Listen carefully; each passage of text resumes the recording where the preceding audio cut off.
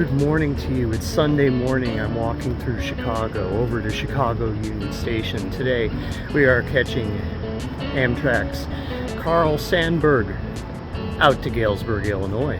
Now that train does start at Union Station where we are headed, but that is not where we are picking that train up. Have you ever been up so early that Dunkin' wasn't open?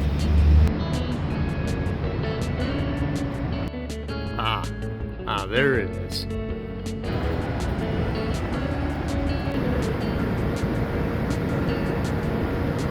See, when I originally was planning this trip, I was going to be spending the night last night in Downers Grove, but this is not Downers Grove, unless they've had a lot of high-density development. No, I'm in the loop because I needed to change my form of payment on the booking, but couldn't on booking.com, so instead I rebooked into the Hosteling International location here in the loop. Now, I could have changed my ticket on Amtrak to start from Chicago, but they always have that little maze of a line and it's not fun. Well, it would have been a more complete trip. The same route can be taken on Metra on the BNSF line. So we're gonna get a coffee, get a gallery car, and have a morning and a classic ride. And I'm up before anyone at the Sears Tower today. But remember, this is a Sunday morning, and while there's a few people out and about, it's far from a normal morning here. That we get tomorrow on our way back when we'll be taking the Illinois Zephyr, the complimentary train to the Sandberg.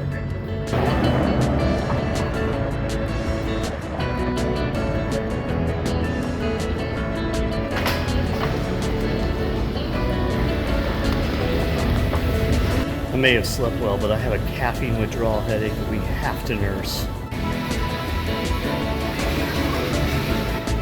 Almost.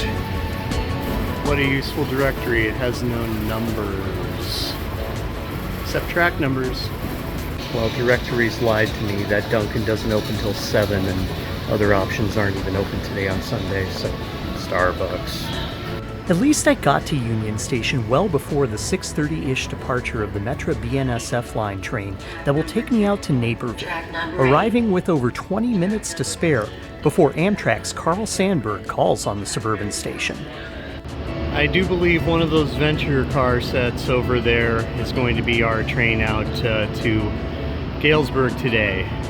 All of the Amfleet business class cars are in use elsewhere in the system, notably not on the Borealis, which we'll be riding back to St. Paul tomorrow. So this is going to be this inferior business class a little later on today. The one we showed off on the Wolverine trip back from Detroit, that was a points run, I believe, and today is a partial credit, small amount of cash, and then tomorrow is all a points run. We've been lucky so far the past couple of days. There haven't been any heat restrictions on track speed. It is in the upper 90s Fahrenheit across Illinois, so there's a possibility that might happen tomorrow, slow us down enough that we'll have to get rebooked on the Empire Builder. Hopefully not, because an earlier arrival in St. Paul would mean more time to decompress rather than coming back in to Plymouth at about midnight. Well, since we might not see it tomorrow, or might see it a lot tomorrow, let's check out the Great Hall.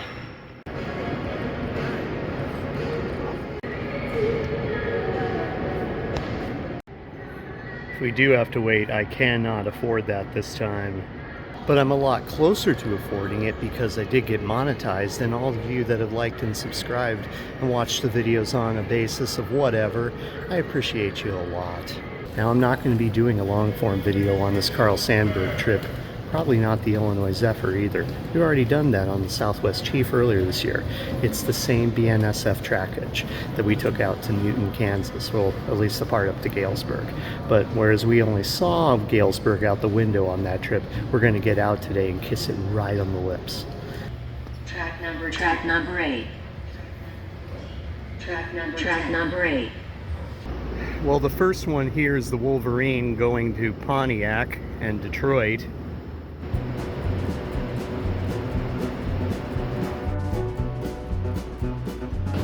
In telling people I was going to Chicago this weekend, some people told me to be careful. I'm always careful. Nothing could make me love Chicago less. And I believe those superliners are the Saluki going to Carbondale. It will back out and then go over to the old Illinois Central line. There's lots of videos on that, and I'd like to do it someday. They use superliner cars on that, and they use extra cars tacked onto it to meet the axle count requirements of the host freight railroad. I guess I should also say I'm very sorry if I end up getting a backwards facing seat today. If it's like the Wolverine few tracks over here, I won't have any choice in it.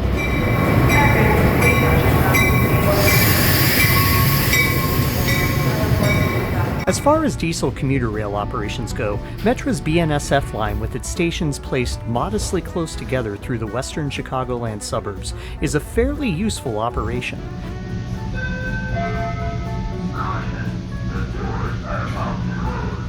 Though something on board this first outbound run of the day could have gone wrong and delayed me, the worst that could happen would be to get bumped to one of the other 3 Amtrak trains that call on Naperville prior to continuing on to Galesburg later in the day.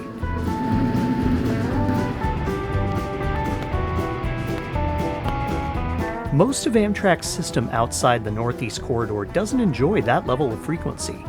Naperville is a station positioned pretty much in the middle of this large, affluent suburb. I was out here this past February with Megan and our daughter, but that was around lunchtime. This morning we're here before 8 a.m., and what I didn't get from the prior visit back last winter was to see the group of people that have moved into the train station's waiting room, sleeping there overnight, and one was already up, soliciting spare change in the transfer tunnel below the track. That aside, it felt like a normal Sunday at any Metra station with a significant population, though this one amplified a bit by the Amtrak services that call on it. The waiting room, last I saw it in February, was serving as a waiting area for both Metra and Amtrak passengers. There are a handful of benches and sidewalks that encircle the suburban station, including the modestly large park and ride lot on the north side of the BNSF main line, affectionately called the racetrack.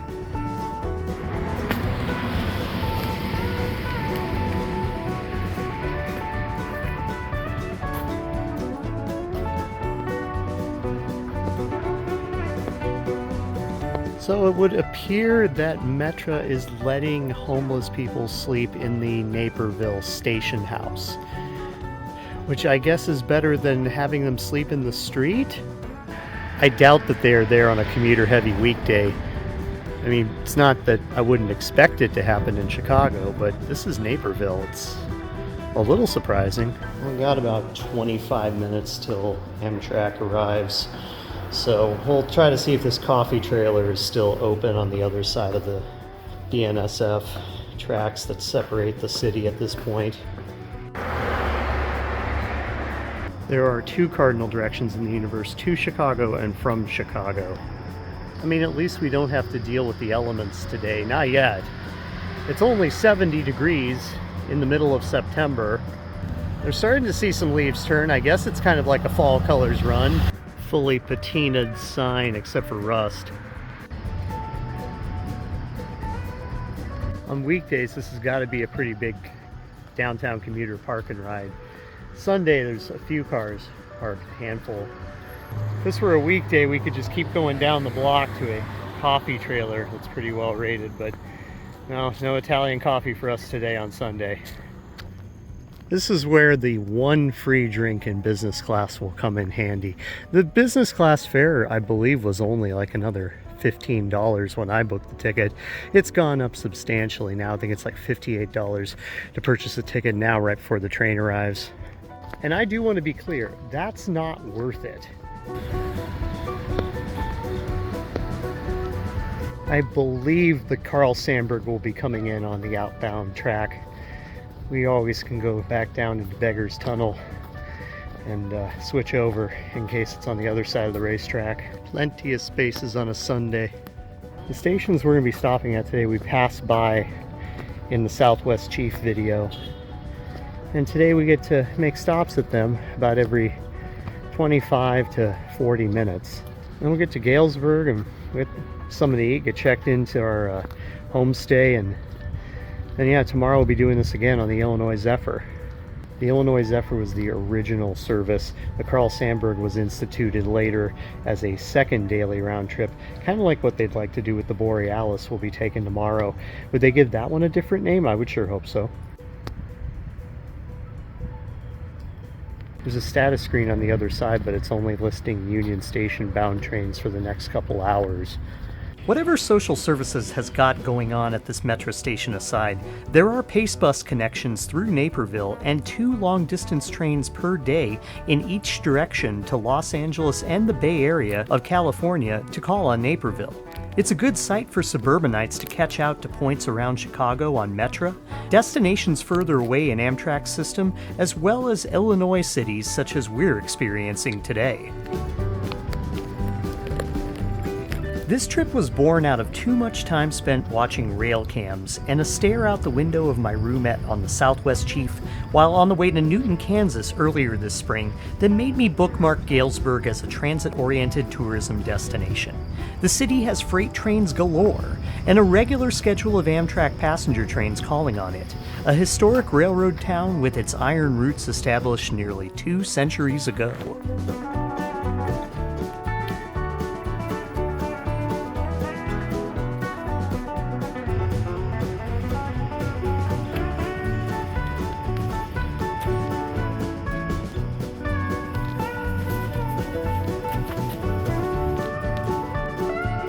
And this one has rails for the armrests. Better than Venture coaches. It's a great spot, but if I waited here the whole time, I would probably end up sprinting down to the other side, depending on how long this train is. Because it's a Sunday, Carl Sandburg, I don't expect extra cars.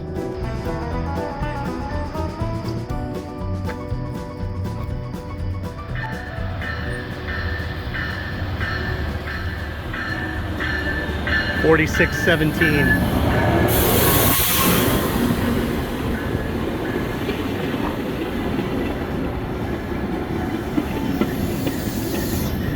Oh, am I gonna get the spot right? No. Oh my gosh, I did. I got the spot right.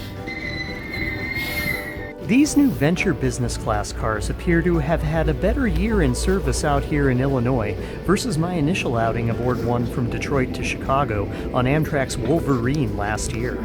Folks headed between Chicago and Quincy, Illinois are taking up a good deal more seats on this Sunday morning trip than the time zone spanning run between the more populous city pairs.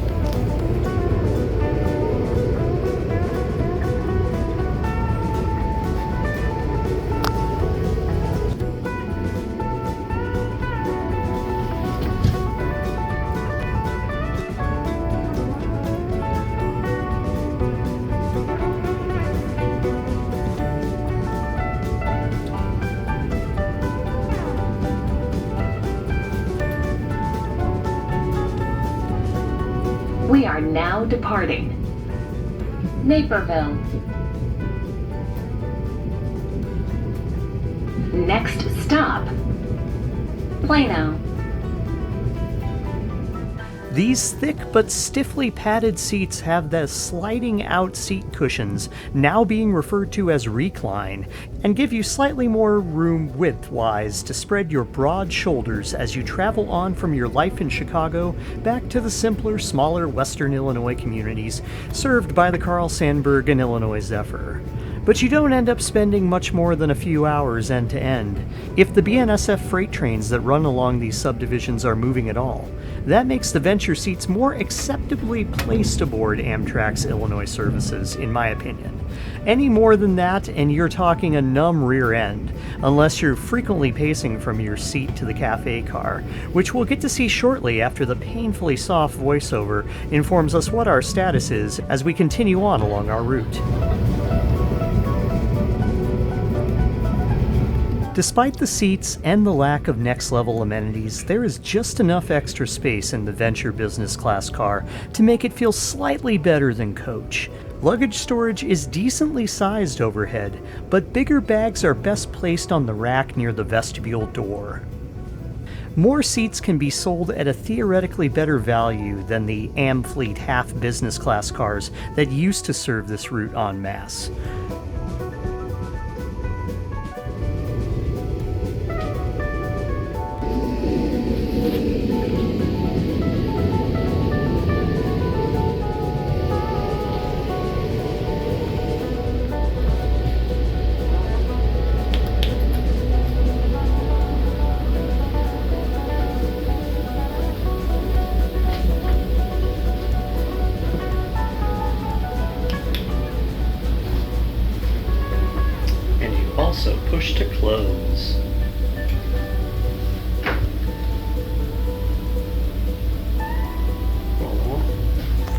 There's no place for it. Sad. There, I always have a place for you. Interesting.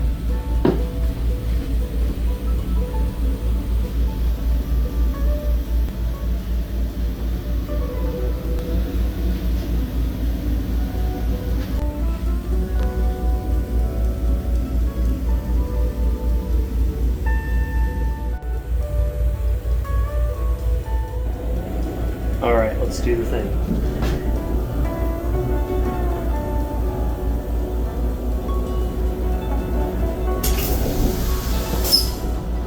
I did it. I did it again. And a little bit more. Venture apples. Once we pass Aurora's old roundhouse, which is now a brewery-owned eating establishment by Two Brothers Brewing, we pace through Illinois' second biggest city. From this point on, the leisurely freight traffic up ahead, approaching the subdivisional junctions in Galesburg and beyond, will continue to slow our pace. This trip certainly won't show off any speed records for this newer Amtrak train set, but when the late summer views of fields, valleys, and picturesque small towns is the scene playing out, and there's no deadline to be had once arrived in Galesburg, we can gladly incur some delays due to freight. I mean, we're headed to Galesburg, Illinois, in part to watch freight trains pass through the city all day, and to have them as pillow-side oral entertainment all night as we sleep off a hot summer night in Western Illinois. So far, this trip aboard the Carl Sandburg is going adequately.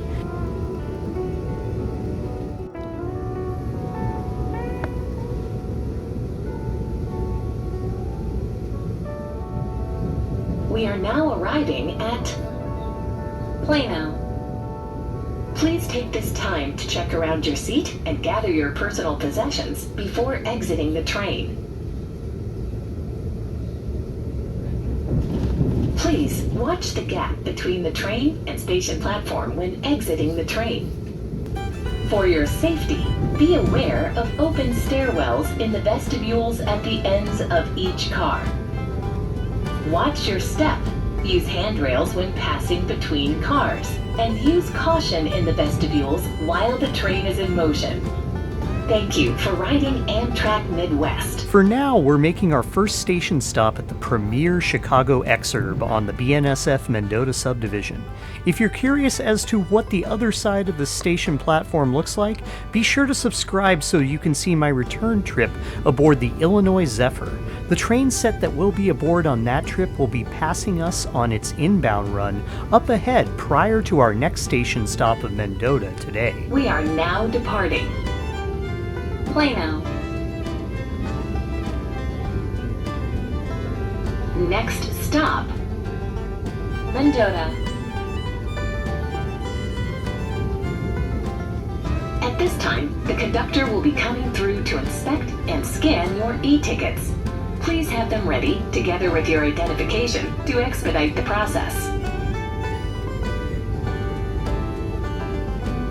This train stops at Mendota, Princeton, Kewanee, Galesburg, Macomb, Quincy. And soon it'll be time for a walk 2 cars up to one of Amtrak's newest venture car types, the Cafe Coach, where you can order food, but you can't eat it there unless you already chose or were assigned a seat in the sometimes busy food service car.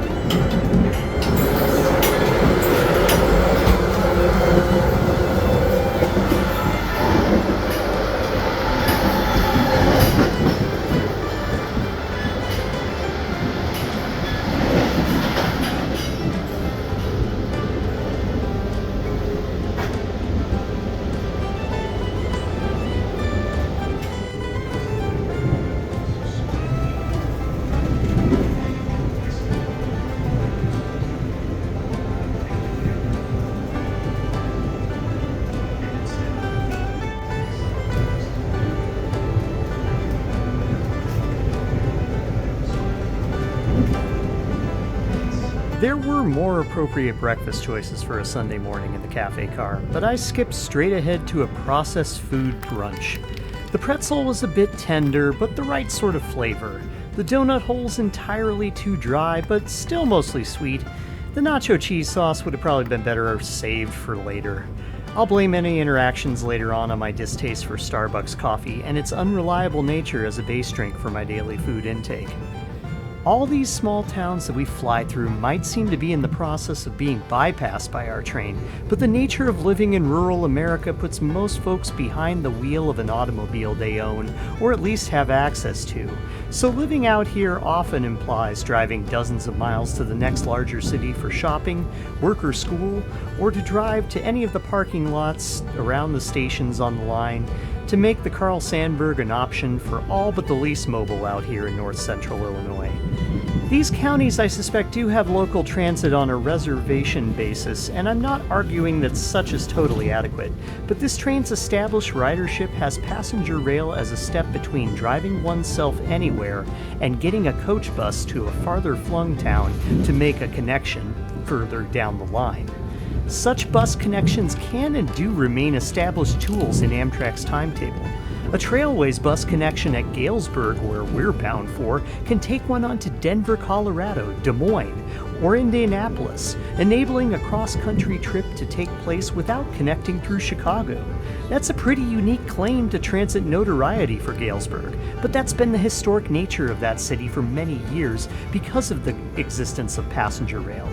The extension of this line to Quincy fills a big transportation hole in the region, sometimes called Forgotonia by those who feel it lies outside the attention of modern planning on so many fronts.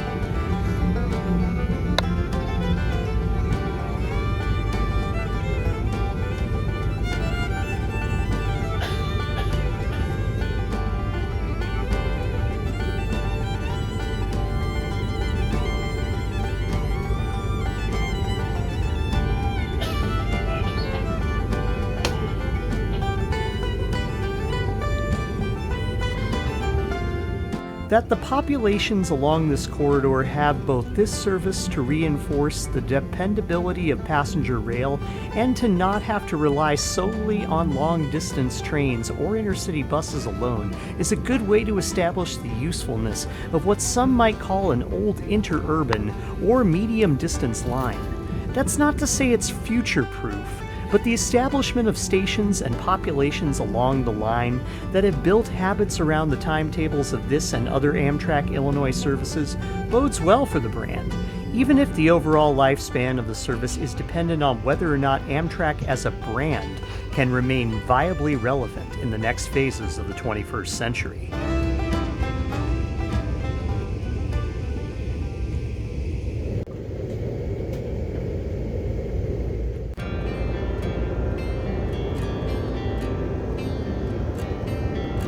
We are now departing. Mendota. The Carl Sandburg was established in 2006 by Amtrak as a second daily round trip between Chicago and Quincy. It's the reverse commute option for folks looking to head outstate for the day and still be able to catch this train set back to Chicago for a late evening arrival.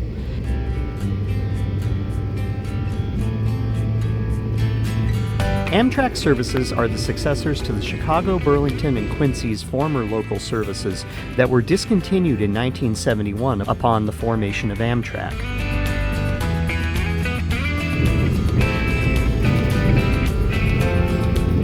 There are smaller colleges along the route that are well served by passenger rail, and our business class car today didn't have any folks working remotely today, as it was a Sunday morning, but on our trip tomorrow morning back to Chicago, we'll surely find a handful of folks taking care of business in this upgraded class of service. We are now arriving at Princeton. As you saw on the Illinois Zephyr train set that passed us prior to Mendota, an Amfleet 1 half business class, half cafe car will be on our return trip tomorrow, affording us fewer seats to choose from than our venture car, but what we will have to pick from will be larger, more plush seats with footrests and a much shorter walk to the cafe for our complimentary drink and other snacks. It's the same sort of car we rode on the first week of service aboard the Borealis to St. Paul. But the plush Amfleet business class cars are rarely seen in regular service now that their successors, these Venture business class cars, have entered.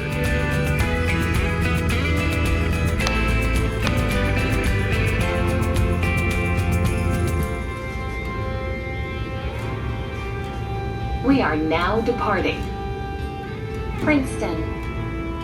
It can be confusing because the business class cars do sometimes substitute for coach cars, allowing a free upgrade for coach passengers lucky enough to notice the presence of the cars. But to get the Amfleet experience is widely regarded as a better, albeit older, product for passengers in both coach and business class that is being phased out in favor of the newer Venture cars with their lack of recline and much more stiffer seats. I do appreciate the quiet, smooth ride of the Venture cars. It's just that the hard cushions and the lack of recline and precocious announcements are aspects I can't quite settle into while the Amfleet cars are still kicking around. Maybe someday, if and when they ever leave service, and I only have the option of the Ventures, I'll just compare it to European rail choices and say, well, now we've moved up. The Amfleets have been redistributed across the country to fill the equipment gap caused by the removal of the Horizon cars from service. Those middle-era cars, also with comfier, properly reclining seats, were sidelined for corrosion issues on their car bodies, taking them out of service on this and other Amtrak Midwest lines. For states that funded the purchase of these Venture cars, Illinois, Michigan, and Wisconsin, the Ventures have replaced the Amfleet and Horizons, but as we'll see down the line, other state-sponsored services such as the Heartland Flyer in Oklahoma and Texas, as well as the Borealis in Minnesota, have superliners serving the routes, which seems like an upgrade, but as we'll see in a future video, that comes with issues of capacity and onboard experience for riders when those trains fill up. Together with your identification to expedite the process. Galesburg, Macomb, Quincy.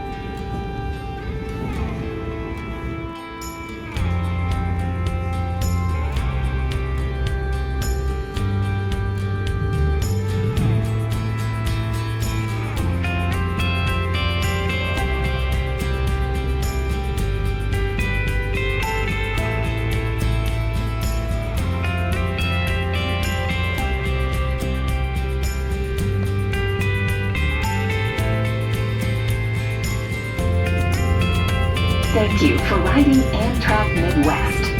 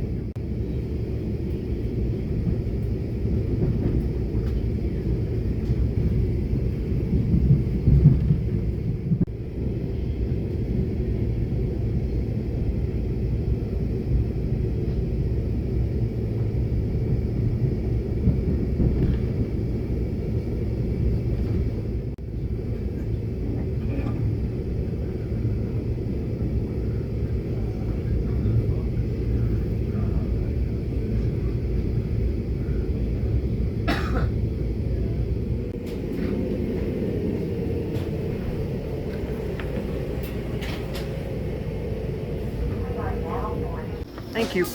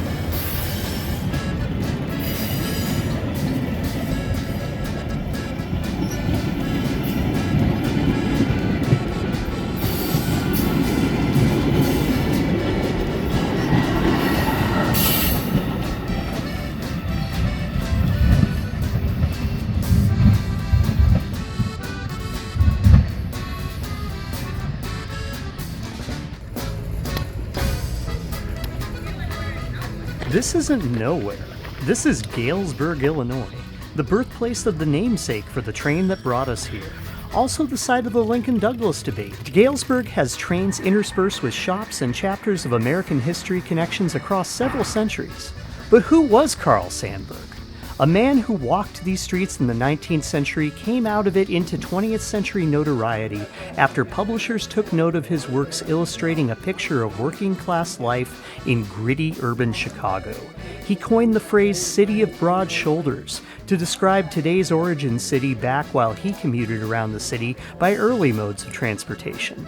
Eventually, he found himself drawn into a career as a poet, author, and even took to pen music and children's fairy tales influenced by the industries of working-class Midwesterners, all beloved by generations and enshrined across Galesburg, but especially at the historic site that is his birth home and the adjacent house, as well as the remembrance garden behind it, the boulder at the center which Sandberg's ashes were laid after his death in the 1960s. There's also a barn in the back, which is about garage-sized but air-conditioned and the perfect site for a pseudo-folk music concert that I just wandered into on this day, which you'll get to see more of in a future video about Galesburg.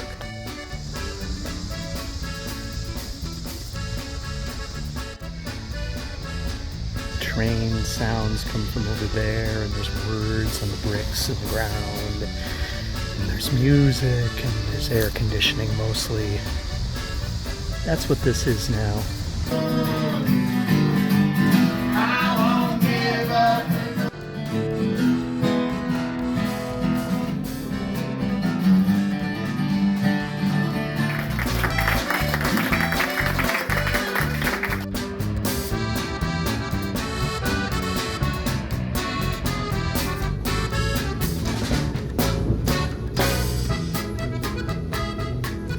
For your safety, be aware of open stairwells in the vestibules at the ends of each car.